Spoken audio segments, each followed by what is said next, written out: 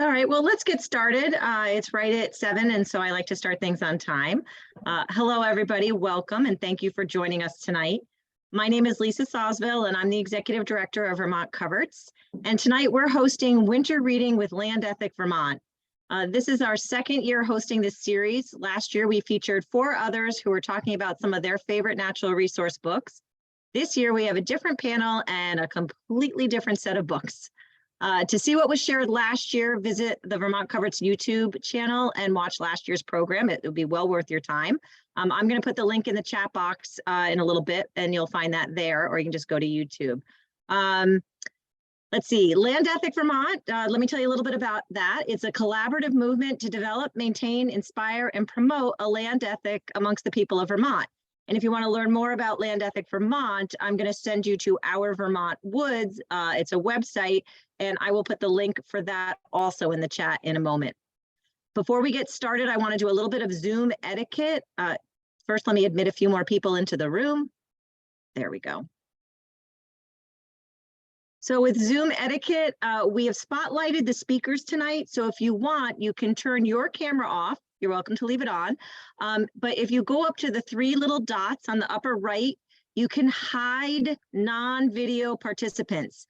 And that should hide everyone else other than the 5 of us that are spotlighted. We do ask that you mute yourselves so we don't have the background noise from your homes. If you have any questions, thoughts, or book ideas, go ahead and type those in the chat box, and we'll share your ideas from there and answer any questions as we can. And we'll share our book ideas and those that you share in a document after the program. We'll send that out to you. So tonight, we have with us 4 members from the LEV, or Land Ethic Vermont Steering Committee, who will share their favorite natural resource books. These can be fiction or nonfiction. I had to have them narrow their choices down to 3 each. And they couldn't choose a book that was shared last year. So, you know, it was actually hard to get them to narrow it down. They're like, wait, can I do this one too? And I'm like, nope, we don't have time. So there's even more for you, but you'll just have to come back next year. You know, we're going to get started, and we're going to have each person introduce themselves first. So why don't you all tell us who you are, who you work for, and your connection to the land ethic. And let's start with Lynn. Great, thanks, Lisa. I'm Lynn McNamara. I'm the Stewardship Director at the Nature Conservancy here in Vermont. So I'm responsible for monitoring and managing all our conserved lands across the state. And I've been on the steering committee of Land Ethic Vermont for a few years now, and have just been really excited about working with all of these folks and others to help connect people to the land in Vermont as much as possible. Was there another prompt? Am I supposed to say something else, Lisa? Sorry. You're good. No. All right. Over to you, Jared. Sure, thanks, Lynn. So my name's Jared Nunnery. I'm the Orleans County Forester. I work with the Department of Forest, Parks, and Recreation. Large part of my job as a county forester is working with private landowners and helping them steward their land. And over the years, I've realized that the best stewards of land are those that are connected to the land. And that ultimately led me to this idea of a land ethic, and then found this group, Land Ethic Vermont, and said, this is exactly what I'm looking for, is trying to figure out ways to help people connect with land, because good things happen when folks are connected with land. So I've been involved with Land Ethic Vermont steering committee for a few years as well with Lynn now, and really enjoyed this and look forward to the discussion tonight. Dan, I think you're up next. Thanks, Jared.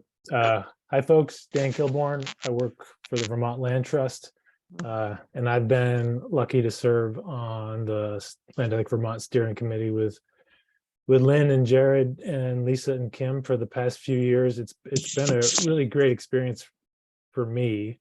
You know, not only do we get to talk with other folks about exploring their land ethic, but it's allowed me to explore mine. And a big part of that for me is finding time to slow down and reflect a bit, which I'm not always great at. So reading helps me with that. And sometimes I can do it between the pages, or maybe after I've put down a book, just think about things a bit more. And most of the book suggestions I get are from friends and colleagues. So I'm looking forward to hearing what folks have queued up tonight.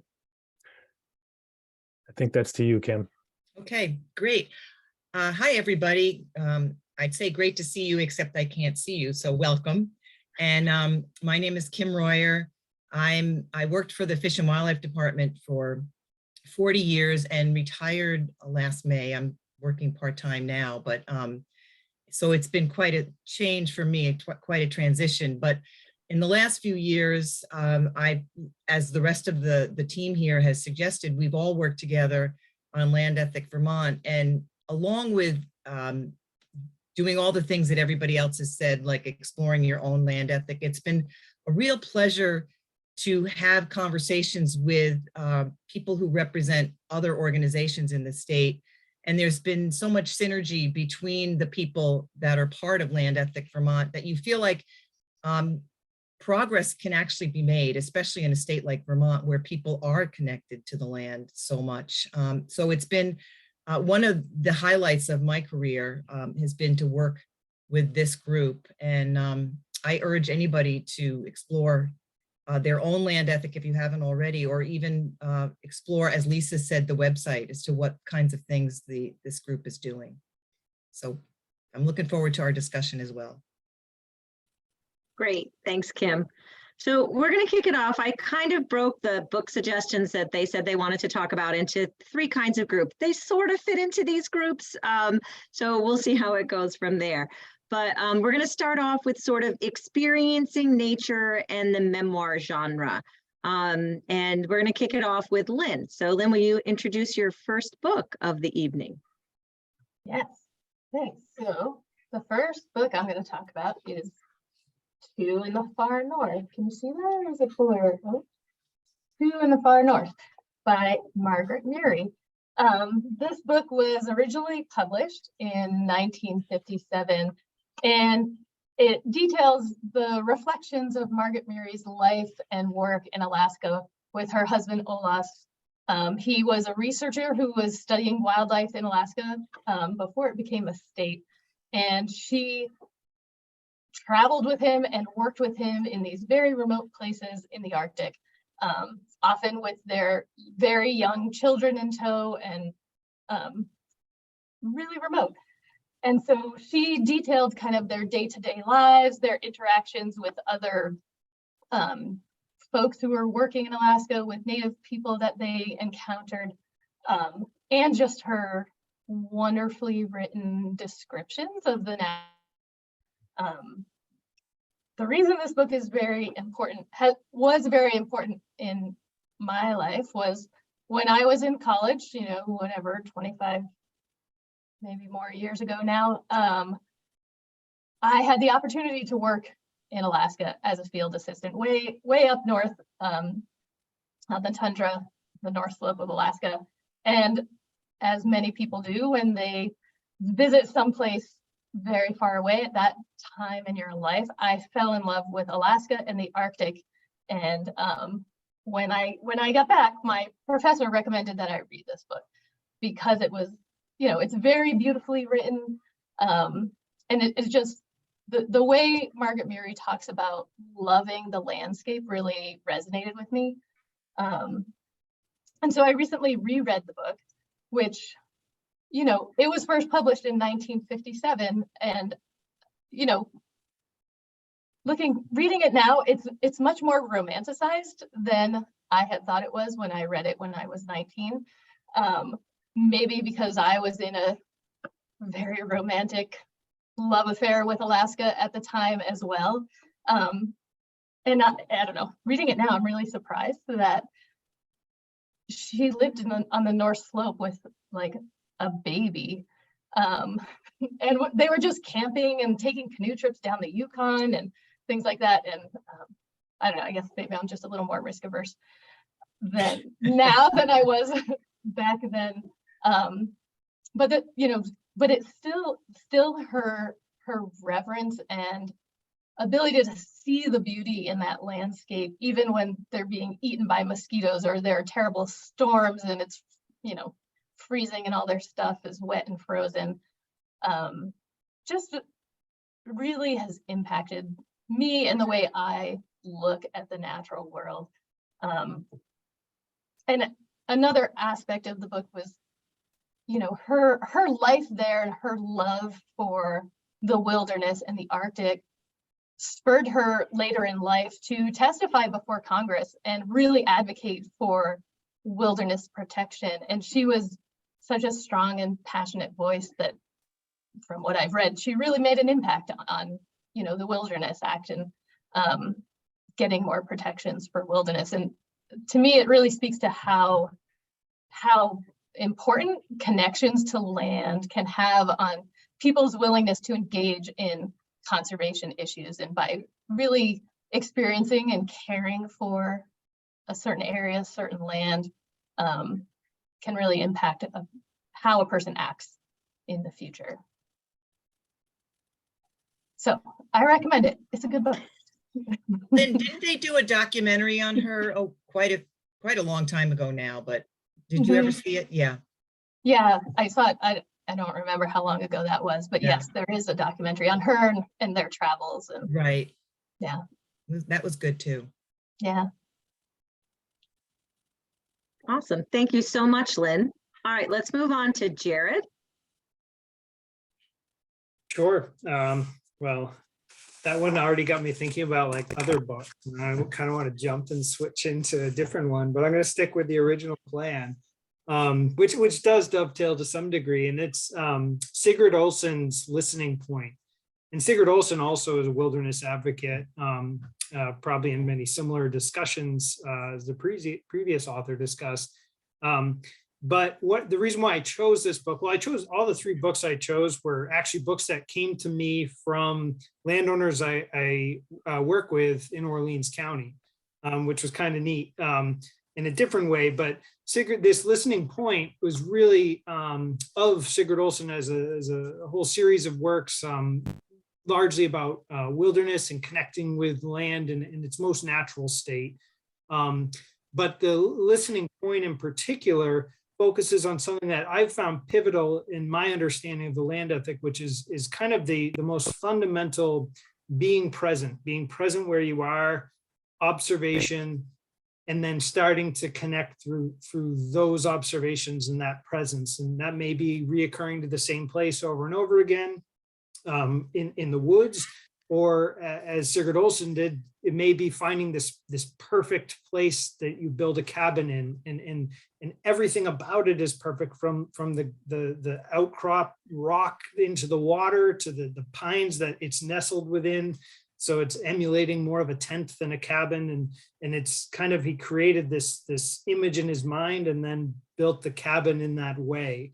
And the whole book, Listening Point, goes on to talk about in various ways these experiences, going back to a regular tent site, the call of a loon, these different things that resonate. And I think, as I've read many of Sigurd Olson's books now, he kind of peppers in his experiences in ways that eventually one catches with you, and you're like, oh, that's I've had that too.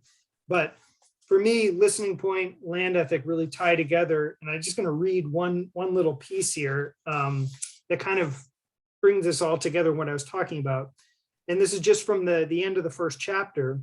I named this place Listening Point because only when one comes to listen, only when one is aware and still, can things be seen and heard. Everyone has a listening point somewhere. It does not have to be in the north or close to the wilderness, but some place of quiet where the universe can be contemplated with awe. And that's that everyone has their own listening point, is how this book was actually originally presented to me, with a friend who is essentially trying to build his listening point in his sugar bush, through just turning an old sugar house into a camp he could revisit, and that would be his point of reflection and place to go to.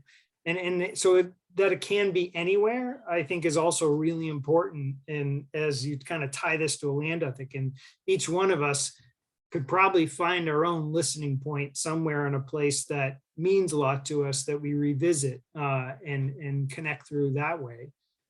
So And on top of that, the stories are like, he goes on these epic canoe trips and other adventures. So it's not far from boring, and in fact makes me think at times my life is boring. But that's what a good book does. It teases you for another adventure. So yeah, I guess Listening Point and Sigurd Olson. I'm going to pop in the chat too, similar to the Aldo Leopold Foundation, and we'll talk. Leopold is the author of the Land Ethic, which we keep mentioning over and over again. Aldo Leopold Foundation centers around Leopold's shack in Wisconsin. And Sigurd Olson, there's actually a foundation focused around the preservation of his camp at Listening Point, and kind of the writings and sharing that. And so I'll pop that in the chat just as a way to learn more about it if you're interested. But that's what I was going to share for the first one. Great. Thank you, Jared. I'm having some internet issues, so I apologize. Hopefully it's not affecting everybody else, just me. And what I want to say is actually kind of funny. I'm deciding Sigurd Olson is the Forester's book, because last year Ethan Tapper was on, and Ethan provided Runes as the book of his choice by Sigurd Olson. So for so many of you who haven't read him before, he comes twice recommended now. So that's kind of interesting. It's recommended by a forester, so that makes sense. Dan, our other forester, you want to go? Thanks, Lisa. And I have to admit, I mentioned that I get my book referrals from my friends and colleagues, and I got that one from Jared last year, and started reading it last summer on a camping trip in Maine beside a lake. So that was a nice listening point to start reflecting on that book. I want to introduce folks to a book that's special to me. It's called Cache Lake Country. And it's not working, is it? Okay, well, sorry about that. We'll have to find it. Oh, did we get it? Have to find it later. Okay. One thing that is really special about this book is also the illustrations. And that's why I wanted to highlight the cover, is because you can see the guy with the canoe on his head. It's Cache Lake Country by John Rollins, and it's illustrated by Henry Kane. And it has over 200 of these pencil illustrations peppered all throughout the book, which are a big part of its allure. And the reason it's special to me, it's actually the first book that I read more than once. It was in my house growing up, and we did not have a large collection of books. It just happened to be there. I think it came to my father through an uncle, that he inherited some of his things when he died. It was first published in 1947. So it's an older book, but it's about a timber cruiser working for a timber company in Northern Ontario, and being in the forest in what was then quite a remote wilderness, finding, I guess in a way, finding his own listening point, what he called Cache Lake. And for folks who aren't familiar with that term, a cache is a place where people would store supplies on trips and revisit when they needed to resupply up. And he felt like this lake that he found in the woods was so special. It had everything he needed. It was his cache. And so in the story, he built a cabin there, and spent a year kind of adventuring, exploring, doing things with his nearby friends, Hank and an Indian chief who he reconnected with. It's written in almanac form, the same way a Sandkalmany almanac is. So it starts in January and runs through December, and each month is just full of different natural history and nature writings, woodcraft. And I was trying to think about why I was drawn to this book so much. And I think as a teenager, it was because of the adventures that were happening here, the canoe trips, the camping trips, the fishing, and learning how to make a blanket roll or a pair of moccasins or a reflector oven, all these little projects that he has in the book. And now I think maybe I'm drawn to it because of the slower pace that it that it explores and the connection to place that the author has there, and the relationship with his friends, which is, I think, speaks a lot to his own land ethic, and probably something we can all learn a bit from these days, just taking the chance to slow down. So it's a good one. I hope folks have a chance to check it out. And one of the most recent things that made it special to me was at the tail end of the pandemic. I started reading it with my family, my kids, and actually started having monthly online visits, including with Jared's family and his kids, where we'd talk about what happened in Cache Lake that month. So it was a lot of fun. Kim, I'm going to hand it off to you. Okay, that's really cool, you guys. I wish I'd done something like that when my kids were little.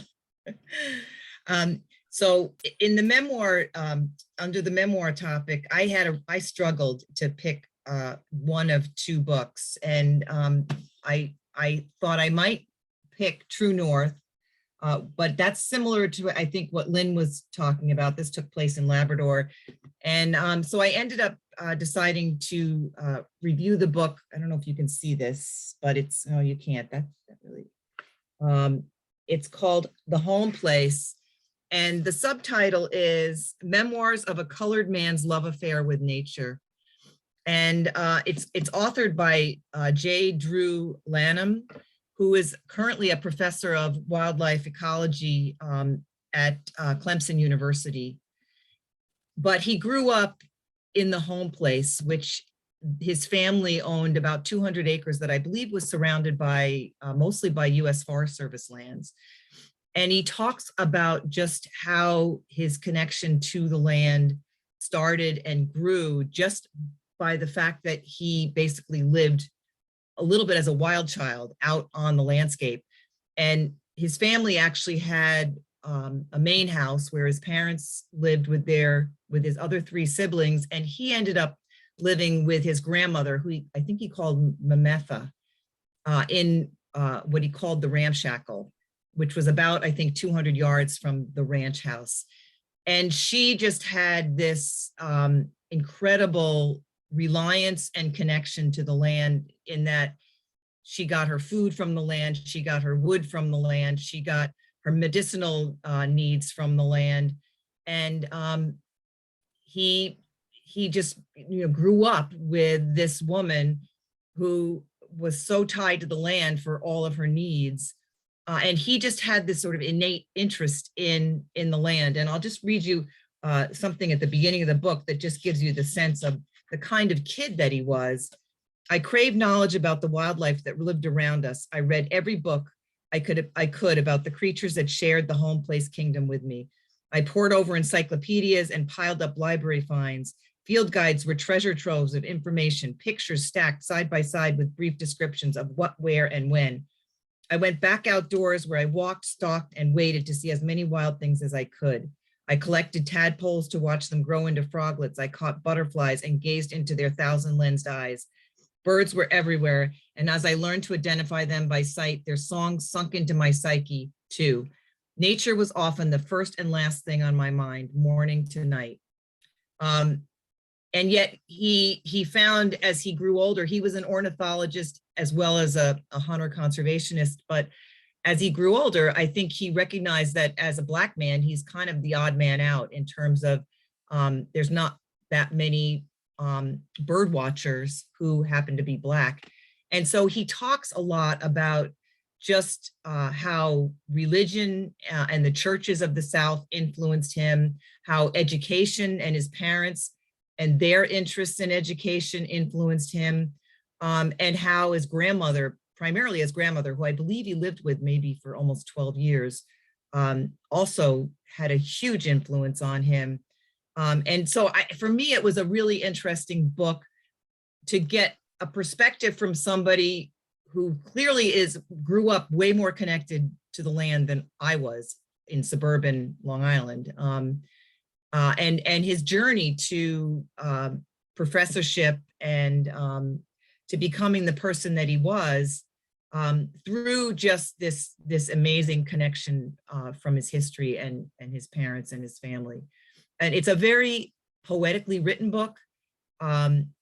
It's, you know, the True North book is an adventure book, and it's fast paced and also easy to read. This one's a little bit quieter, but I found it to be a really easy and interesting book to read.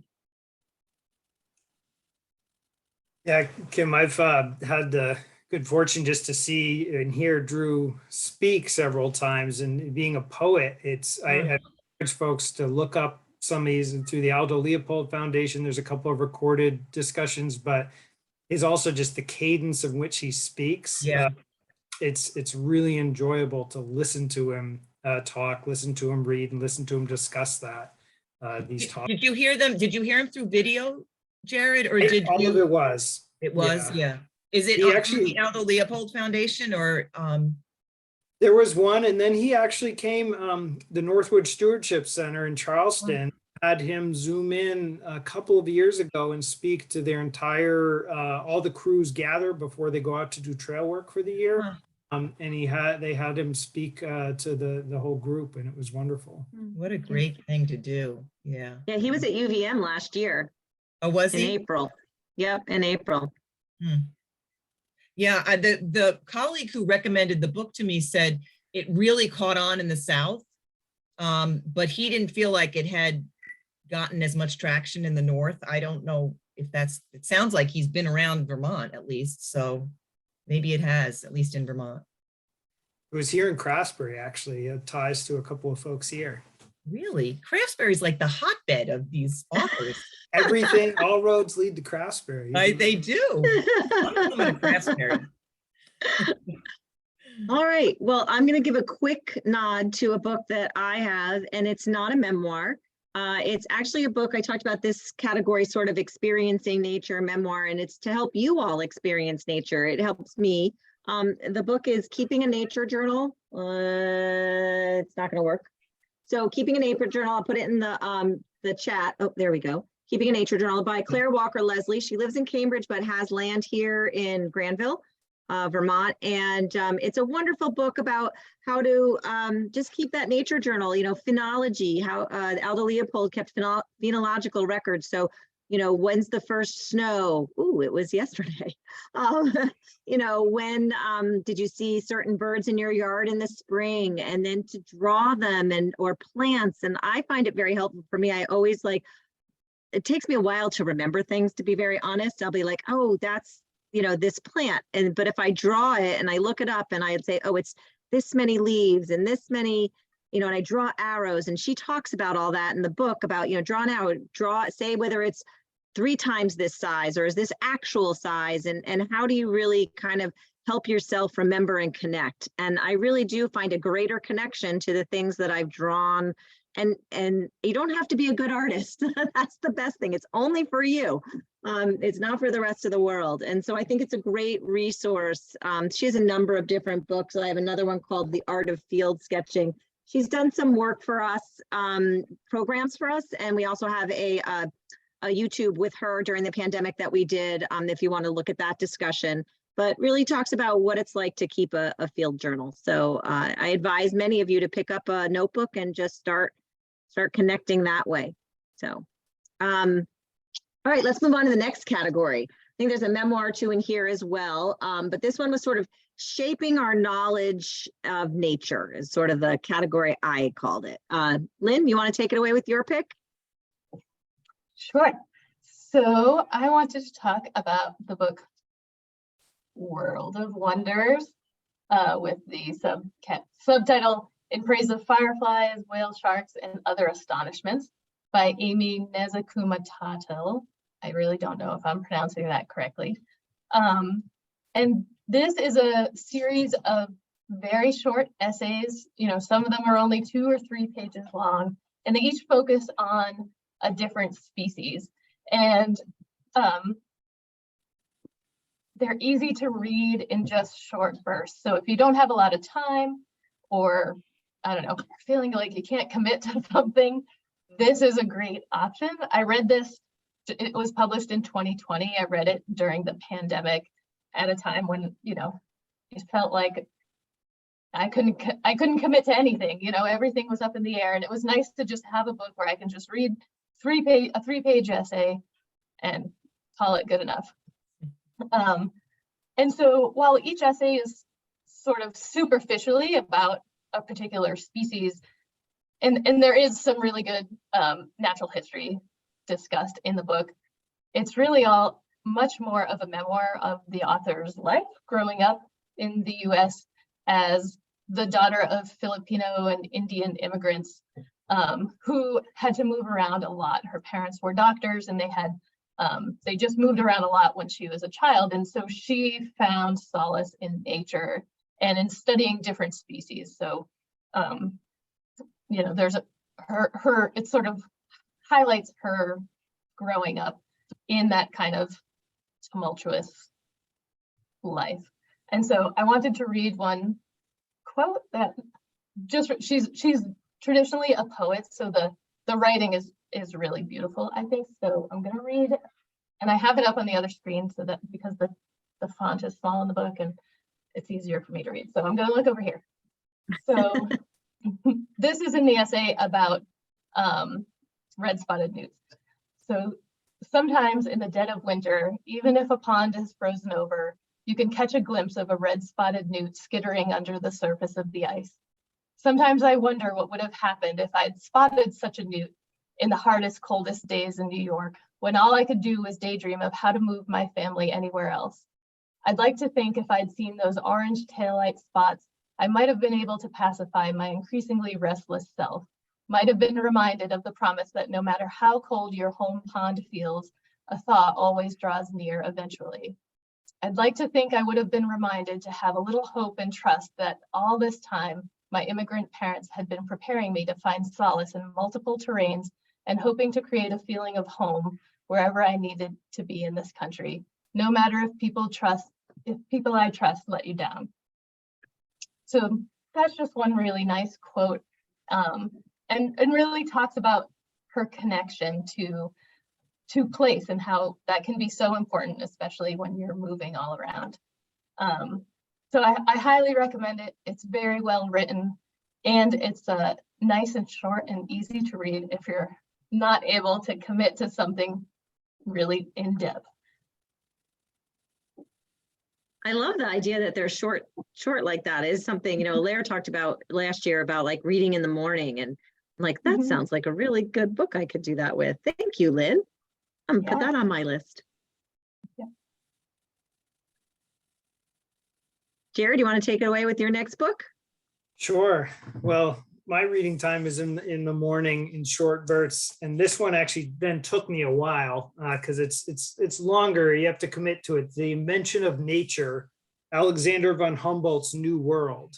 And I was sharing this one because it was a bit of an eye-opener for me.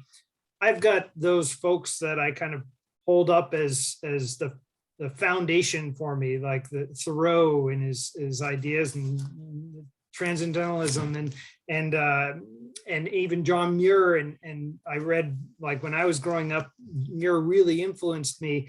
Well, Alexander von Humboldt was like their influence, which was really interesting because I'd never even thought that like they had someone that influenced them, and kind of the layers of the onion in a way of influence. And Humboldt also lived at a time when scientists were held up. They were the Tom Brady's or the Cristiano Ronaldo's of the world. Humboldt was like far more famous than World Cup's on my mind, but then Cristiano Ronaldo is currently. And even 100 years, they celebrated his birthday, like after his death, his 100th, what would have been his 100th birthday, and 25,000 people showed up in New York City just to celebrate the birthday of this scientist.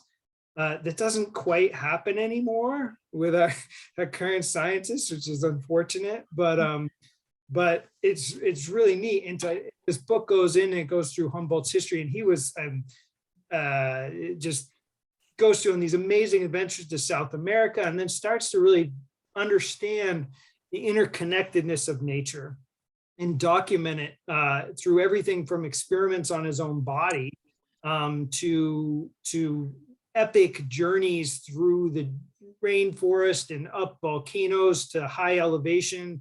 And he's as much trying to scientifically understand why he's about to pass out as he is tracking like pressure gradients and the change in the flora and fauna as you move through the elevation, and then understanding how that's linked to mountains on other continents, and then starts to notice these trends, these patterns in nature, and essentially starts to document the idea of ecology, which then gets picked up. I mean, he was really influential to this young fellow, Charles Darwin, who then wanted to like go against his father's will and hop on the Beagle and go on this long adventure to become a naturalist, because that was the cool thing to do at the time.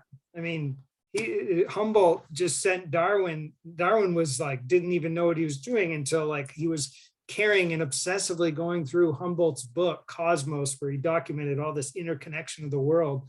And like Darwin's in his bunk in the Beagle, like getting seasick, reading Cosmos to get inspiration to then really start to understand natural selection.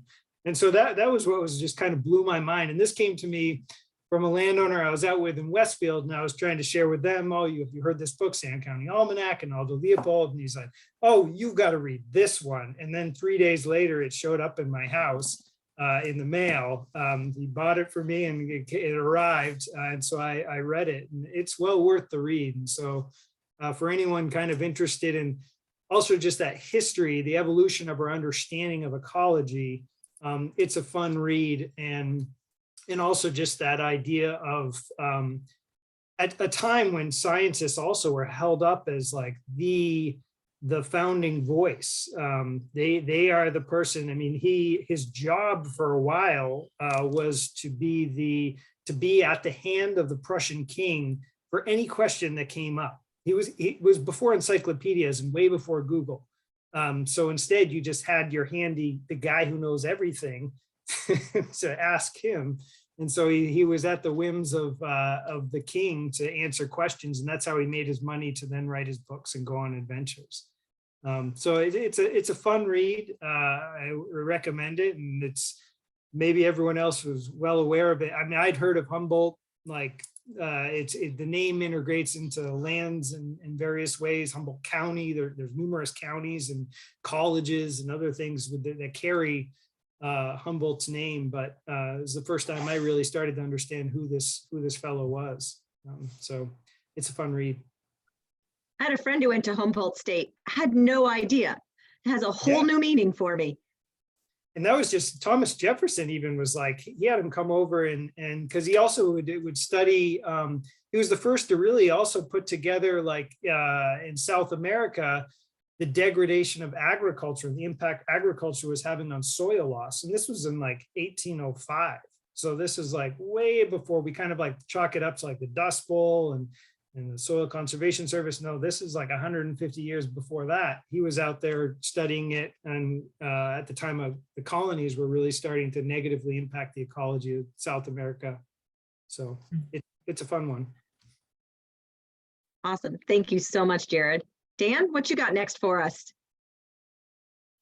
Next up is Arctic Dreams by Barry Lopez. It was published in 1986 from Lopez's time living in the Arctic. I think he was up there for a few years. It might be a good companion book to Two in the North, Lynn. I think Lopez was an amazing writer. This book won the National Book Award for nonfiction. I have a confession to make. I'm one of those people who buys more books than they make time to read. So I often have more than one going at once. So it took me a couple of years to get through this one. And I would hit it in the wintertime because that's, I guess, what felt Arctic-y to me.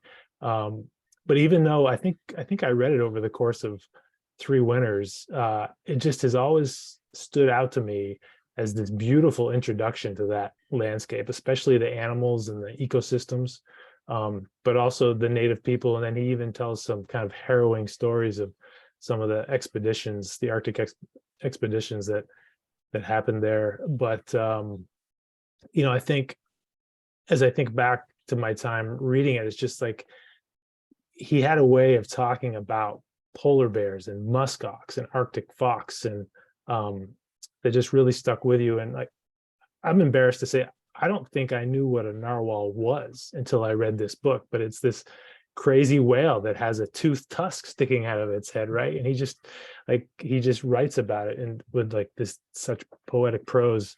It's very cool book. I'd recommend it to anybody. But it has a special meaning now, right? Because as I'm reading it, almost 40 years after he spent his time there, we think about the impacts of a changing climate in that landscape, and what it might, if he was to write this book today, what are some of the messages he might be saying? So good read, highly recommend it. Thanks, Dan. How about you, Kim? What do you have next for us? So I have the nonfiction book called Water by Alice Outwater, who this I think was written in like 1996 when Alice Outwater lived in Waitsfield, Vermont. I think since she's moved to the west somewhere.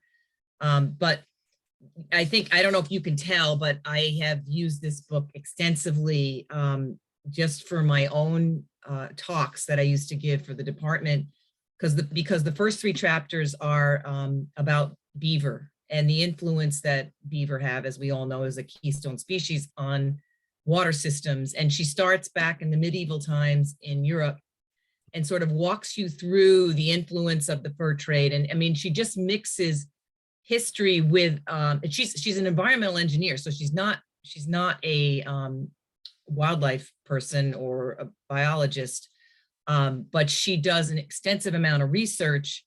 I think there's like 14 pages of notes in the back of the book.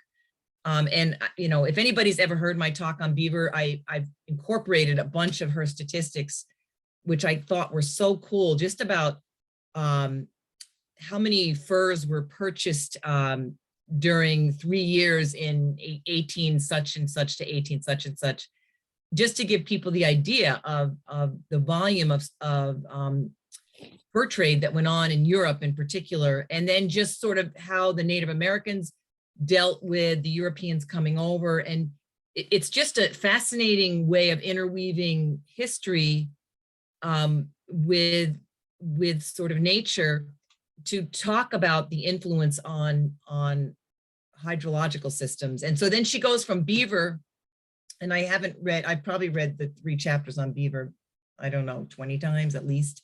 But she goes from that to bison and the influence that bison had on the prairies, and the wallows that they made that allowed the prairie grass was so dense that the water couldn't really get down through. It got soaked up by the roots before it got down into the water system.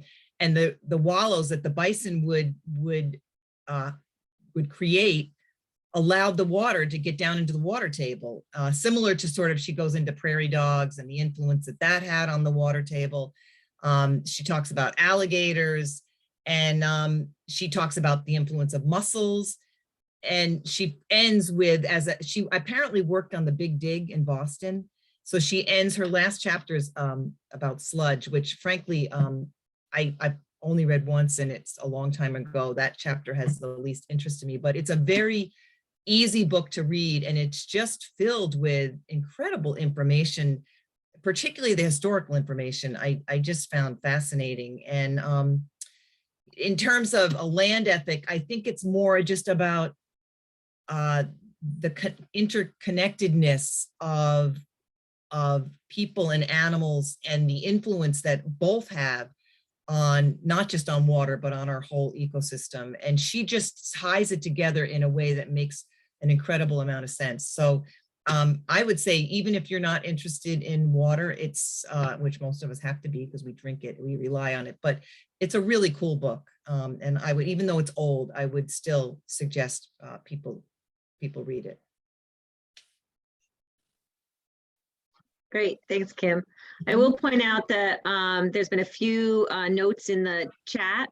We had a recommendation of Sounds Wild and Broken, Sonic Marvels, Evolutions, Creativity, and the Crisis of Sensory Extinction by David George Haskell. And then Anne also recommended 5 small books in the series called Kinship, Belonging in a World of Relations. And those are in the chat box, and I'll add them to our list. And if anybody has other thoughts on books, I can add those to our list. She also notes that many of these books can be found at your or gotten through your local library. So that's another option for getting these books. I'm going to quickly talk about Entangled Life. It's How Fungi Make Our Worlds Change Our Minds and Shape Our Futures by Merlin Sheldrake. It came out in 2020, and it really talks about the importance of the fungal network, mycelium, the world, the wood wide web is all kind of, he discussed that. It involves it changes how you think about thought and humans and how decisions are made, like a fungus, the way it moves, it tracks. Other little pieces that I thought were fascinating was I learned that Beatrix Potter, who I knew from Squirrel Nutkin, was a mycologist, actually. And then I also learned about the drunken monkey hypothesis. If you want to know what it is, read the book or Google it. And another piece that I thought was really interesting, he writes really well, really making you think. And for me, one of the things he talked about was talking about collaboration is an alloy of competition and cooperation. And I thought that was really interesting because so many ways that we collaborate with each other, or I was even thinking of competition, you know, if you're a runner, right? But you're still collaborating with that person because they make you run faster, they make you try harder, they make you train better. And I loved that idea that it's a collaboration between those things. So I thought that was fascinating. This book, I was so glad I owned this book because I like underlined and wrote notes in the margin, and really found this book to be enjoyable. We read it as a group, and I think the group overall felt that it was a really great book. So that was kind of fun. All right, let's move on to the third section. This third section, connecting and enjoying, and some with Vermont authors and some connections to Vermont. So let's start that with Lynn. And what I'm going to say about Lynn's book actually is I listened to this one and it was fascinating to listen to it. And that's the other way I get my books in, is listening. Go ahead, Lynn. Thanks, Lisa. I bet this would be really good to listen to. I'm going to talk about Where the Crawdads Sing. This is a novel. You've probably heard about it because they made a movie about it this past summer that's now available on Netflix. And it is not about Vermont. It's about a young girl who, through a series of unfortunate events, finds herself living alone in the marshes and swamps of North Carolina. And it's beautifully written. There's some wonderful descriptions of the marshes down there. That's not a landscape that I'm very familiar with. And so I just found it really fascinating to, you know, immerse myself in this new landscape through the writing in the book and sort of the Kaya, the main character's deep connection, living there and struggling to survive.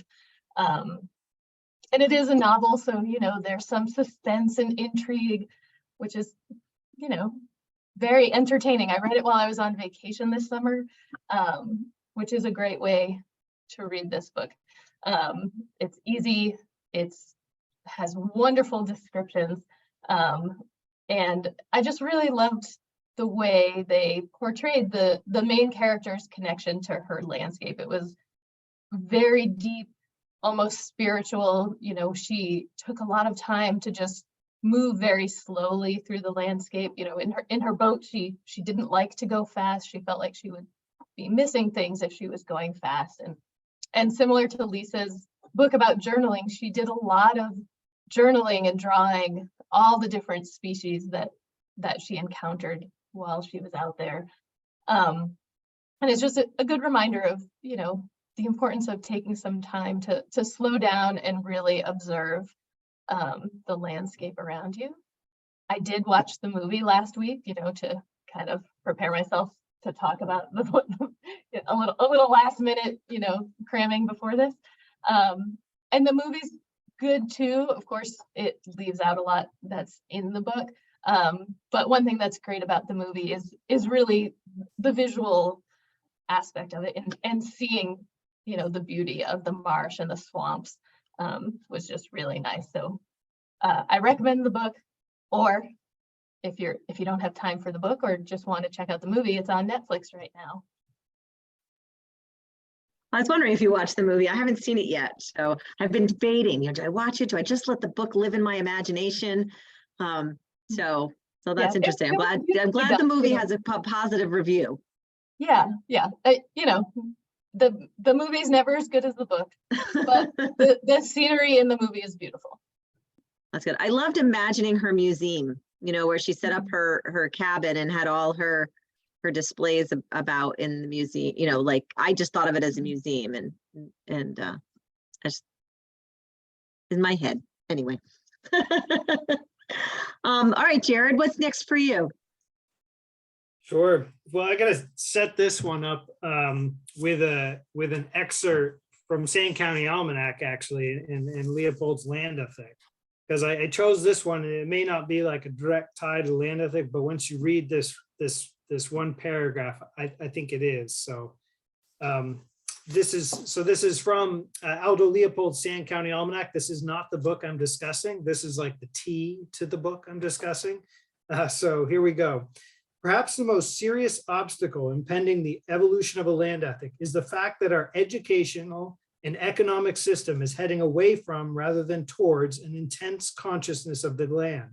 Your true modern is separated from the land by many middlemen and by innumerable physical gadgets. He has no vital relation to it.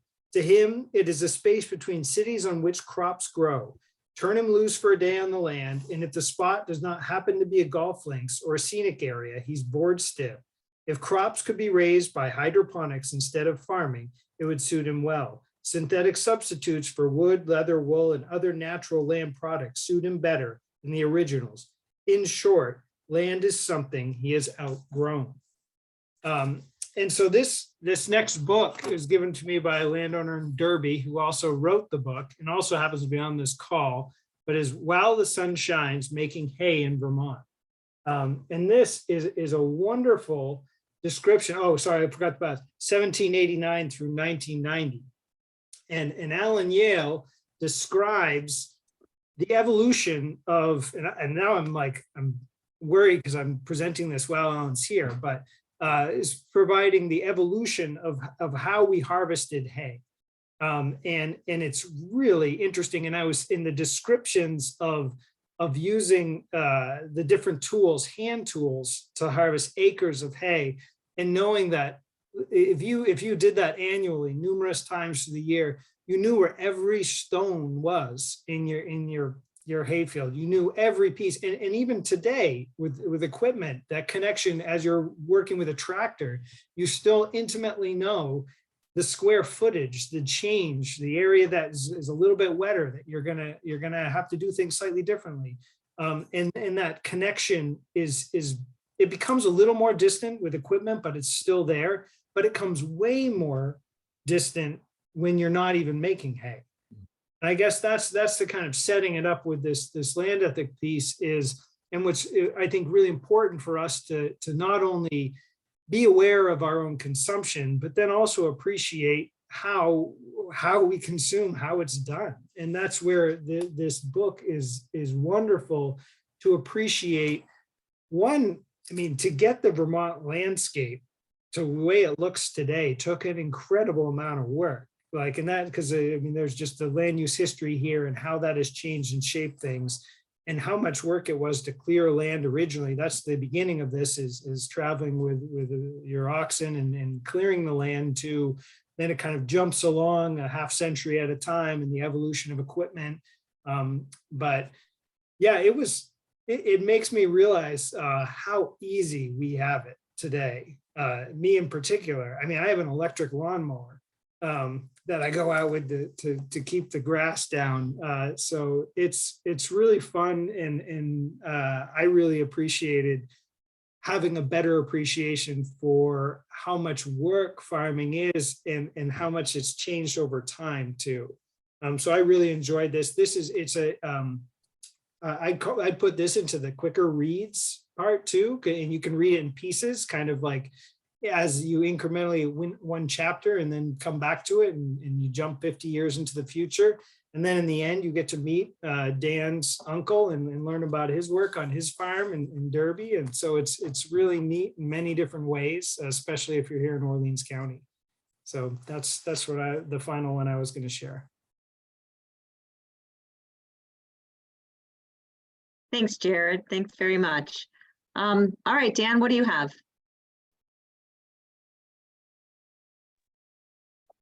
Well, I'm realizing we had a copy of that book kicking around when I was growing up, but I don't have one. So Alan, I'm gonna have to reach out to you, see if I can pick one up. The last book I wanted to share is a brand new one. I think it was just released a month or two ago. It's Wild New World by Dan Flores. And that name might be familiar to some folks. Dan also wrote Coyote America. I've just started reading this one. I'm only a few chapters in, so all I can really do is give a bit of a teaser. But so far, I'm really enjoying it. It's really focusing on the evolution of animals in North America and the human relationship with them.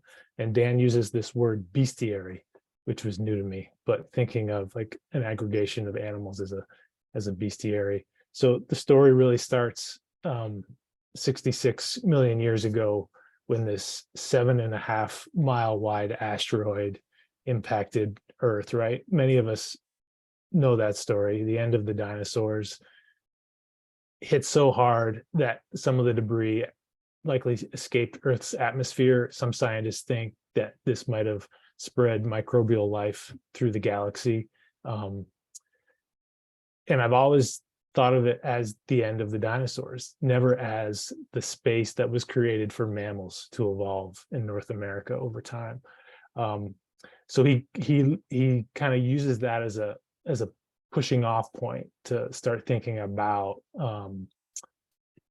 how these animals have really come and gone over time, and humans' role in when they've gone, both historically and currently, and maybe just a few teasers here, but things that I found really interesting. So, Kim, you mentioned the impacts of bison on hydrology in the prairie, and when we think of them as the iconic American species of the West, and they are, but they're a relative newcomer to North America. They evolved in Asia, where horses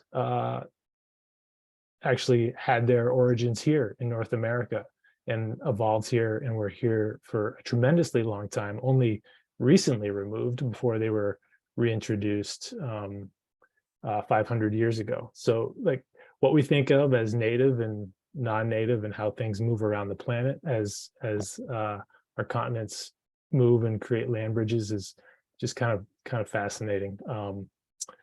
But I think where Dan is going with this book is really pushing us to think about the impact humans have had on animals over time.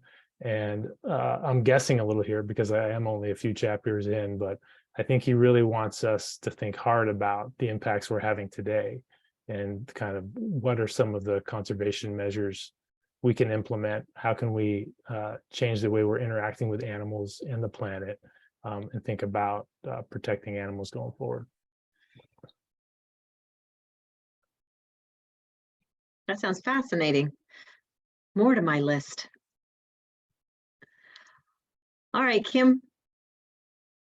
Yeah, so actually there's some parallels between the book that Jarrett presented and the one you did, Dan, I think with my last one, which is Jan Alber's Hands on the Land, which I don't know how to get this to Flip focus. back closer to you. Yeah, no, No. but anyway, it's a relatively old book now. I mean, it's I think Jan wrote it in 1996. Jan Albers is from Middlebury, Vermont. And I don't know if commissioned is the right word, but I think the Orton Foundation commissioned her to write this book because of their interest in, I'll just read these bullets, innovative community land use tool. They wanted to provide innovative community land use tools, facilitate citizen science, and provide education, training, and information resources to professional planners, community leaders, and citizens to manage growth more effectively. So it's a little bit dated from that perspective, and that 1996 is a while ago now. But the first part of the book is both the geological history, the land use history of Vermont, and the human history of Vermont, that talks about a lot of the same things that Dan and Jared were talking about in their books, in that she talks about the human influence on the Vermont landscape and how we got to be the Vermont we are today.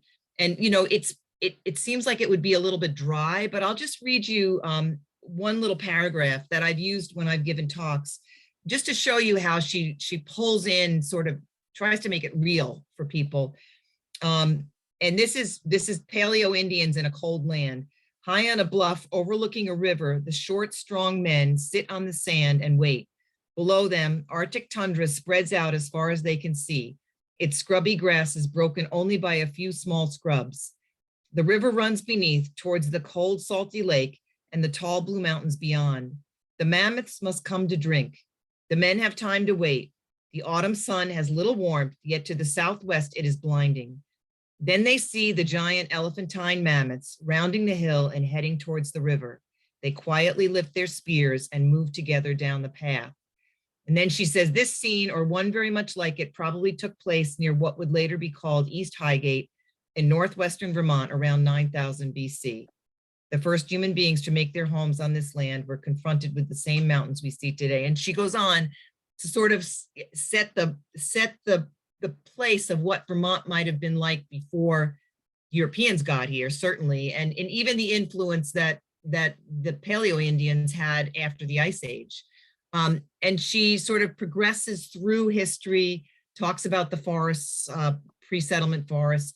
And then the last part of the book was sort of, at the time, the cutting edge of planning, and how the issues that were going on in Vermont at that time.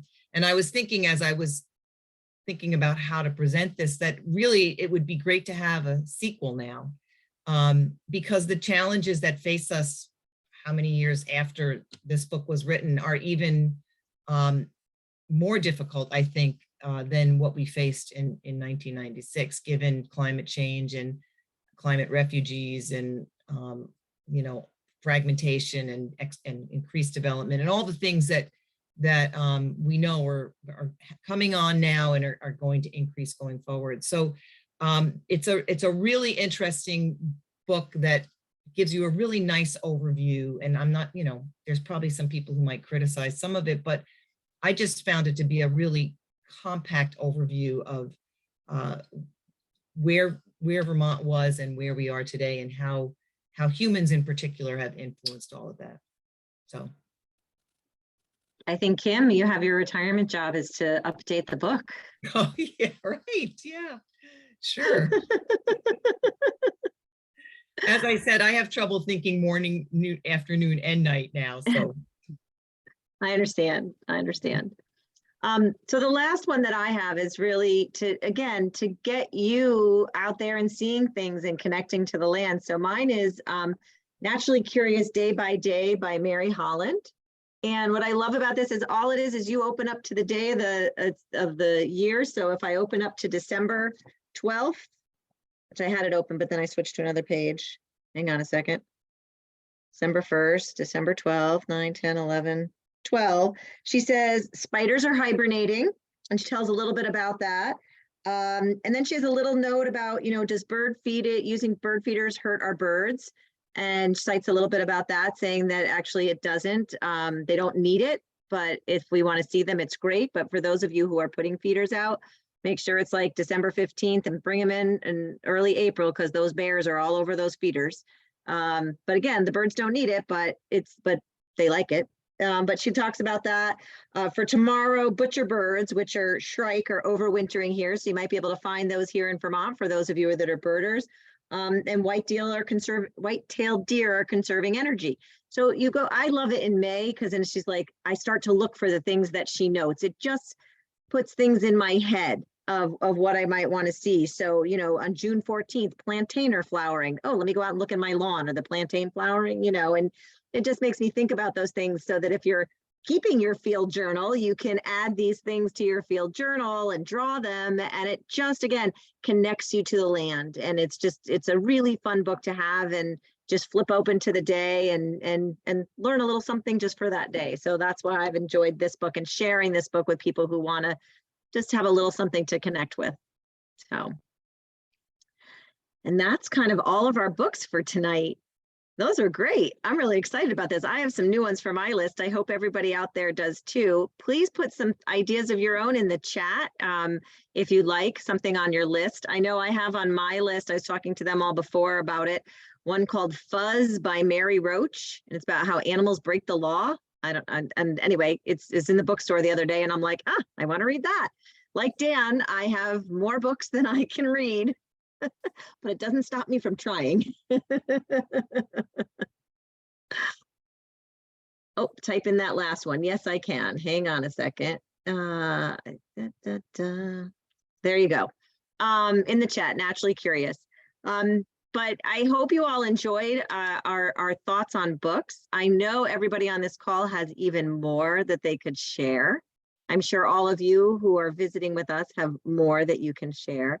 The big thing is to get to connect, whether it's through a book, whether it's through a walk in the woods, is find something special that connects you to the outdoors, that connects you to the land, that helps you, if you're owner of land, to do good things for the land, whether it's leaving an unmowed patch for pollinators or doing a thinning in your woods to allow some trees to grow and get some early successional habitat, if you're doing a small clear cut, whatever it is, to connect you and help you make a resilient forest and good habitat for wildlife. We're here to help you do that in many different ways. And one is through reading about the natural world. So we hope you all enjoyed this tonight. Does anybody have anything last minute things to say? Lisa, Thank you all. This were is you a gonna send it out? this was a wonderful evening. Thank Oh, you. wonderful. You're very welcome. Kim? I just wondered if you were going to send out the list to everybody? I will send out the list to everybody and we'll also work on getting this recording up on YouTube so that you can share it with friends and family. You can watch it again if you so would like. And yeah, it's really good. So Jared, Lynn, Kim, Dan, thank you so much for all that you do for Vermont's woods and wildlife. We really appreciate you taking the time to join us tonight to share your favorite book recommendations. And I wish everybody a good night. Thanks, Lisa. Thank you, Lisa. Thanks, Lisa. Take care. Bye, everybody. Thank you, Lisa. Have a Bye. good evening.